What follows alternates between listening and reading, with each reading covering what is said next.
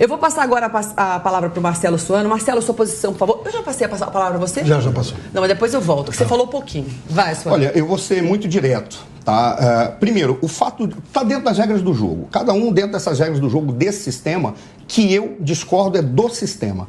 Por exemplo, a democracia ela não fica enfraquecida se não tiver o segundo turno. Ela já está enfraquecida pela maneira como se faz a disputa eleitoral no Brasil e a maneira como é composto, como são compostos os partidos e como é composto o processo de escolha, que já decorre do nosso sistema, que é o presidencialismo de coalizão, que por mim já deveria ter sido defenestrado e está nos livros de história ou nos museus de história junto com a ROC e a máquina de fiar. Isso é uma bobagem que foi criada e o Brasil continua apostando nisso. Mas, no entanto, o fato do PT, apesar de ele estar dentro das regras do jogo, pedir o voto útil, já demonstra uma coisa. As pesquisas talvez não sejam tão confiáveis, tal quanto eles falavam. Por qual razão? Porque se ele veio pedir voto útil para tentar ganhar no primeiro turno, significa que a probabilidade dele ganhar no primeiro turno já está descartada. Esse é o primeiro ponto. Ou seja, logicamente, ele já está jogando a toalha e dizendo: nós não vamos ganhar no primeiro turno, exceto se vocês fizerem o voto útil. Além disso, as próprias pesquisas, elas são questionáveis. Chegou para mim uma pesquisa que está dizendo que o Bolsonaro ganha no primeiro turno, e não o Lula. Já estão apontando isso. Tem uma série de questões. Pesquisas são científicas, representam uma foto do momento. Tudo bem, são científicas, mas você tem que ver a metodologia, você tem que ver a amostragem, você tem que ver qual é a escolha, você tem que ver qual é o sistema de perguntas que são feitos, porque tudo isso pode direcionar as pesquisas para uma determinada configuração. Não é uma brincadeira que eu estou fazendo aqui, mas é apenas uma analogia. Por exemplo, você pode simplesmente dizer assim: este órgão está tomado pelo câncer, veja a mancha vermelha que aqui está. Mas isso não significa que tem uma metástase. A amostragem foi feita de uma forma errada. Uma pesquisa foi divulgada hoje, né, da Associação de Supermercados, de comerciantes, que Bolsonaro aparece em primeiro, né? Toda pesquisa tem que ser respeitada, mas sempre há essas divergências.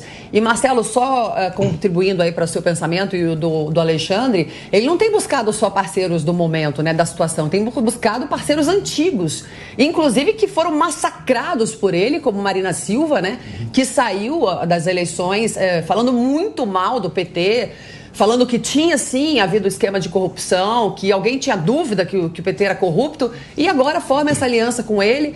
Lula é muito charmoso, né? Deve ter ali... Então, charme ele não tem. Ele tem. Não, boa pinta não. Mas ele tem uma lábia, né? Ele tem uma lábia. Eu fico imaginando o que ele falou para Marina para conseguir convencê-la, né? Com certeza deve ter falado para ela voltar para o Ministério do Meio Ambiente. Estou chutando aqui. Carla, sem querer ser desagradável. Agora ela meio que armou isso para apoiá-lo. Eu fiquei bem assim... Bom, se bem que Geraldo Alckmin também, né? Você quer comentar alguma coisa? Quero comentar uma coisa que eu acho importante. A eleição ainda não aconteceu. E tem um terceiro candidato que ninguém está falando, que são os brancos e nulos e as pessoas Esse que estão indecisas.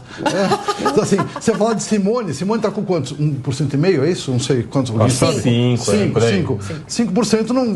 Agora, de votos brancos e nulos, ele deve estar dando uns 30%, é isso? 27% na última eleição? Não, é um pouco menos, Mas é muito importante. Talvez tomando abstenções chegue nisso. É sempre isso, sempre esse número. Sim. E se realmente eles conseguissem pegar essa população, aí seria vitória no primeiro turno. Mas é sempre muito difícil convencer quem não vota, né? Vai ser o terceiro colocado, muito difícil. Sim. E são pessoas que já perderam a esperança, só que elas não sabem que alguém vai decidir por elas, né?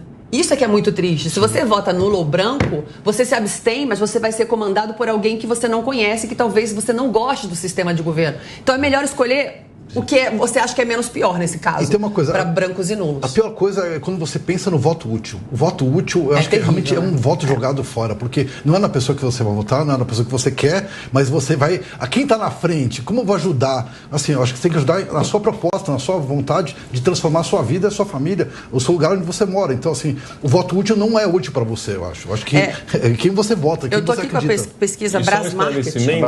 É importante... dessa lenda urbana que existe, que as pessoas falam que se mais da metade dos eleitores não votarem nulo e branco, ninguém vai se eleger. Isso é mentira. O que a legislação prevê é o cômputo de votos válidos. Então, se duas pessoas forem votar e as duas votarem cada um num candidato, vai dar empate, vai dar 50-50. Aí a gente vai ver o que vai fazer. É o mais velho que assume. O mais velho que assume, exatamente. E aí a gente tem que fazer a conta de quem é o candidato mais velho. Mas fora isso, é lenda urbana essa história que se metade da população não votar, ninguém ganha. Tem que exercitar o direito de voto, tem que ir às urnas, escolher quem você quer, ou desviar de quem você não quer. Mas é importante fazer a escolha. Léo. Sim. Não, fundamental. Assim, o voto útil, a priori, eu também sou contra. Porque você tem que votar naquele candidato que melhor compactua com as suas ideias, que tem um projeto a assimilar com aquilo que você pensa. Agora, política também não é só no campo das ideias, também é no campo da prática. Se existe a possibilidade de resolver uma eleição polarizada como essa, no pior momento da República Brasileira, com um governo que é uma calamidade em diversos aspectos, que levou a gente a agravar a crise sanitária sem precedentes. Quando a gente tem um cenário desse e existe a possibilidade de nós sanarmos a eleição no primeiro turno, por que não? Por que não fazer o voto útil? Eu, a princípio, tenho divergências em termos de projeto com o presidente Lula, assim como o Geraldo Alckmin tem, assim como a Marina Silva tem, assim como uma série de forças políticas, inclusive do empresariado, tem, mas vão apoiar o Lula justamente não porque ele é bom de lábia, porque ele é um bom velhinho, porque ele é legal, porque ele é bacana, né? Como a própria Marina Silva, que já fez críticas pesadíssimas ao PT, ao Lula, mas para você ver justamente qual que é o efeito Bolsonaro, o que o Bolsonaro faz acontecer. Ele conseguiu aliar Lula e Alckmin, que disputaram o segundo turno presidencial em 2006, numa chapa só. Então isso não é lábia, não é o bom velhinho, isso chama-se efeito Bolsonaro e defesa do Estado de Direito. Ponto. Aí eu concordo com você, não no Estado de Direito, que a gente vive isso agora. Quem não está vivendo o Estado de Direito são as pessoas que defendem Bolsonaro, né? Que têm tido seus direitos de liberdade de expressão cerceados. Mas o PSDB sempre foi um partido ligado ao socialismo, foi criado assim desde sua fundação. Depois você pesquisa um pouco sobre isso. Agora, falando sobre a pesquisa que foi feita, Bolsonaro aparece com 13 pontos à frente do Lula. É uma discrepância absurda. E também foi feita nacionalmente com 2.400 pessoas pela Brasmarket, né, a Associação de Supermercados do Rio de Janeiro. E Bolsonaro aparece com 43,5%, Lula com 30,5%, Tebet com 4,6%, Ciro com 7,6%, brancos e nulos, como você falou, a gente errou um pouquinho, mas cada pesquisa diz uma coisa, 6,8%, indecisos 5,3%. São dados discrepantes. Suana, eu tinha te interrompido também, por favor. Não, mas, agora 2 horas e 14 minutos. Mas, para dar continuidade, o momento que eu estava falando, quando se passou a palavra, a questão, por exemplo, o Lula é charmoso. Eu não diria que o Lula é charmoso. Eu vou usar. Cometi um ato falho. Eu vou falar o seguinte. Carismático, não sei. Talvez não seria nem charme nem carisma. Eu vou usar a expressão do Ciro. Ele é um encantador de serpentes. O problema é que a selva não tem apenas serpentes. Ele encanta aqueles que são da mesma espécie que ele. Essa talvez seja a grande questão. E aí você encontra uma personagem que ele tem um discurso que está muito vinculado à restauração de um status que já demonstrou que o modelo que foi aplicado não funciona. Ele gerou tudo aquilo que nós temos de problemas no Brasil hoje, e além disso, ele criou uma estrutura assim, uma estrutura que aparelhou o Estado, uma estrutura que levou que personalidades atuassem da pior forma possível e potencializou ao máximo a estrutura errada do nosso sistema político. Vamos tentar deixar isso bem claro. Por que é uma estrutura errada? Quando você pega o nosso sistema político e você tem, primeiro, um sistema eleitoral que não tem como funcionar.